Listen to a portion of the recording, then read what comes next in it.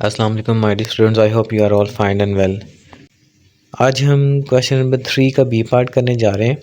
इसकी स्टेटमेंट अगर आप देखें तो वगैरह है for a sample of 20 pairs of observations we have x bar is equals to 2, y bar is equals to 8, sum x square is equals to 180, sum y square is equals to 3424 and sum x y is equals to 604। Calculate the coefficient of correlation. तो हमें ये जो given data दिया हुआ है इसको use करना है और कोरिलेशन कोएफिशिएंट फाइंड करना है।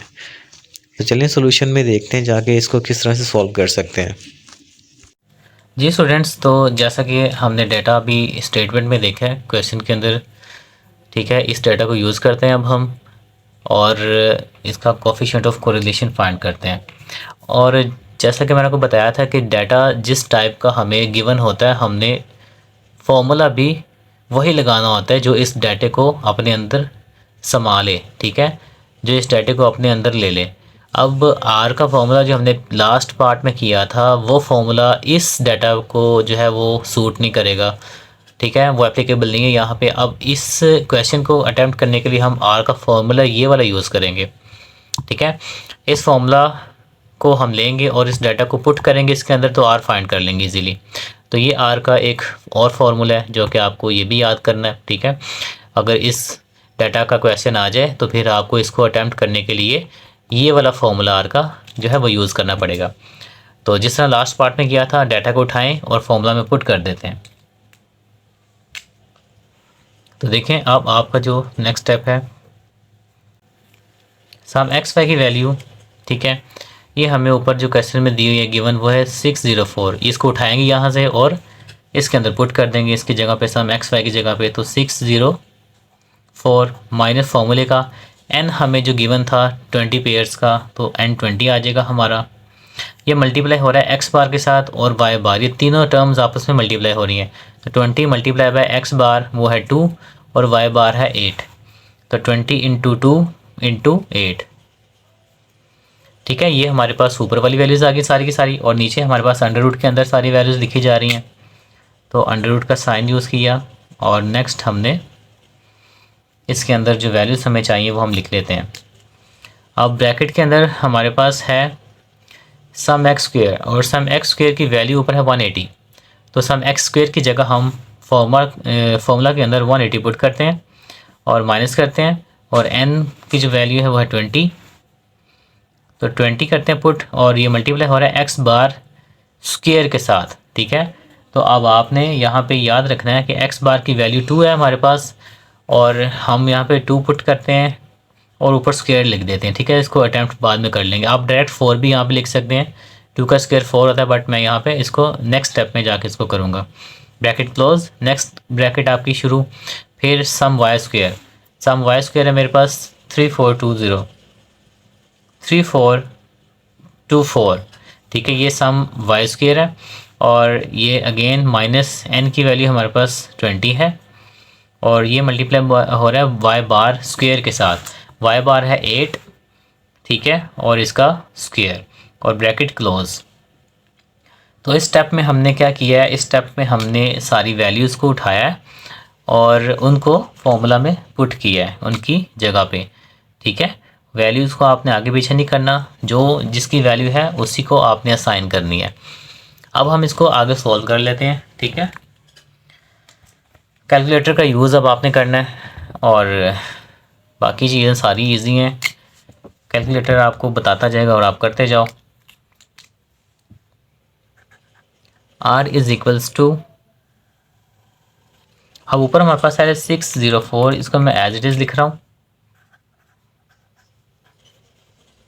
-20 इंटू 2 इंटू 8, इन तीनों का मल्टीप्लाई कर लें आप, ठीक है। 20 मल्टीप्लाई बाय 2 मल्टीप्लाई बाय 8, तो इसका आंसर आया 320। तो मैं 320 ऊपर लिख दूंगा यहाँ पे। अब नीचे वाली वैल्यूज़ को हम सॉल्व करते हैं। अंडर रूट का साइन पहले यूज़ कर लेना है, ठीक है, और उसके अंदर फिर हमने बाद में उन वैल्यूज़ को सॉल्व कर लेना है। अब 180 एज इट इज़ यहाँ पे लिखा जा रहा है, ठीक है। मैं लिख रहा हूँ, ब्रैकेट पहले लगा लूँगा मैं, 180 माइनस 20 इंटू 4, 2 का स्क्वायर 4 होता है ना, तो 20 को 4 से मल्टीप्लाई कर दें तो हमारे पास आ जाएगा 80। Okay, bracket close. अब ये जो बड़ी ब्रैकेट है ये मैंने स्मॉल में कन्वर्ट कर दी है। ओके, अब इसी तरह नेक्स्ट ब्रैकेट है 3 4 2 4 का as it is minus 20 into 8 का स्क्वायर। तो मैं इसको यहाँ से कैलकुलेटर से कर लेता हूँ। 20 इंटू 8 और ऊपर स्क्वायर है तो ये आ रहा है हमारे पास 1280। ठीक है, 1280। आप इस तरह भी कर सकते हैं, पहले 8 का ले लें स्क्वायर, 64 आ रहा है, इसको मल्टीप्लाई कर दें 20 के साथ, तब भी यही आएगा 1280। तो 1280 को मैं यहाँ पुट कर दूंगा। ओके, अब बाकी देखिए सिंप्लीफाई होता चला जा रहा है। नेक्स्ट स्टेप में हमने क्या करना है, इन दोनों का डिफरेंस लेना है। तो 604 का जब डिफरेंस लेंगे हम, सॉरी 604 माइनस 320 का जब डिफरेंस लेंगे तो आंसर हमारे पास आ जाएगा। तो मैं यहाँ पर ऊपर लिख देता हूँ आपके सामने, कैलकुलेटर से आपने करते जाना है। 604 माइनस 320, तो ये हमारे पास आ रहा है, देखें 284। ऊपर हमारे पास आ गया 284। अब नीचे देख लें, 180 में से जब हम 80 माइनस करेंगे, लेकिन उससे पहले अंडर रूट का साइन यूज़ करना है हमने यहाँ पे। अच्छा, 180 में से हम 80 माइनस करें तो 100 आ जाएगा हमारे पास, वो मैं यहाँ पे लिख रहा हूँ। ठीक है, 100 आ गया। और नेक्स्ट जब हम इन दोनों का डिफरेंस लेंगे, ठीक है, जो आपने ले लेना है खुद से, वो आ जाएगा हमारे पास। मैं यहाँ पे करके देखता हूँ।